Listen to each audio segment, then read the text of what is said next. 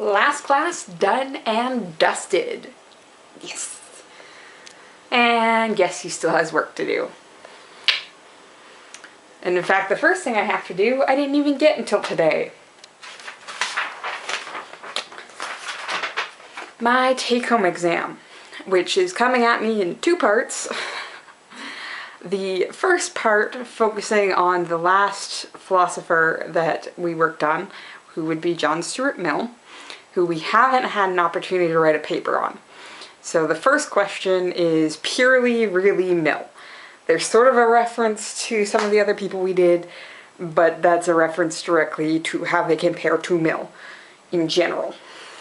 So that's actually the part that I've got up and I'm working on right now. And for such a big question, I have to write minimum of 4 pages, not much longer, because the second question, which I will be working on tomorrow, is a comparative one between 3 out of 4 of the people we did this semester on English liberals tradition of political philosophy. And I have a choice of question on that one, but it's not a very big choice. He's given us 2, we pick 1, and I don't like writing on Locke, so my question's basically already been picked for me, aka the one that doesn't include Locke. So I'll be writing on Mills, Filmer, and Hobbes tomorrow. But like I said, today is purely Mill, and that question is minimum 6 pages. So I'm thinking I want to go at least a page longer than the minimums he set, so I want to do at least 5 and 7, but I don't think much longer than that, because again, he's getting this all together, and when you go 5 and 7, that's already at 12 pages, which was the maximum length he had for all those other papers. So that's sort of what I'm aiming for, which makes writing for this question actually really hard, because it's a lot less, here's the argument I'm making, and here's the proof of it in the text. It's more, he makes this argument. Trust me on that one, I don't have time to keep quoting things at you. Let's go, we gotta go. Especially since he wants us to cover like a very wide range, because it's about utilitarianism, but we read both his essay on utilitarianism as well as his essay on the subjection of women. So the question is, what are the features of utilitarianism? How does he respond to some of his critics? How does utilitarianism show up in the subjection of women, and how is he using it there? And then how does he compare to some of his other the prior liberals such as Locke and Hobbes? That is literally the size of like a 10 to 12 page paper question.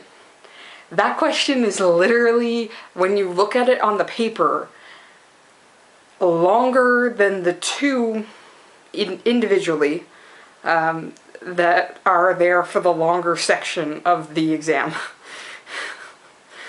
So it's a lot more just, every now and then I'm popping in a quote, but I'm not quoting nearly as much as I usually do. So it's sort of interesting to do it this way. But I'm going to have to get used to it, because that's going to be the comps as well. Except the comps I'm writing at the time, so they're not going to have quotes anyways, because we did a lot of reading for those classes. Like, this one on English Liberal Tradition, like I said, we've done 4 authors, which you can handle.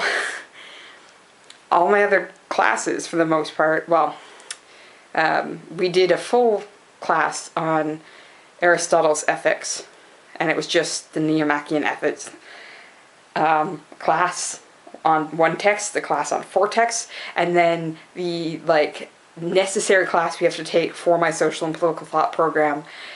You're literally reading, if it's part of a book, you're reading it once every week, because it's 1 3-hour class. If it's some articles, you're reading 2 to 3 a week, which means like basically a new author, or several if you're reading articles, every single day. Every single day. Now, every single class is what I'm trying to say. So it's sort of this interesting balance between a more in-depth study a middle-of-the-road in-depth study where you're studying more the tradition, like the liberal English tradition, where you're studying a few authors closely rather than one author's work closely, and you're comparing them, and then just this broad, sweeping, philosophical and political science canon.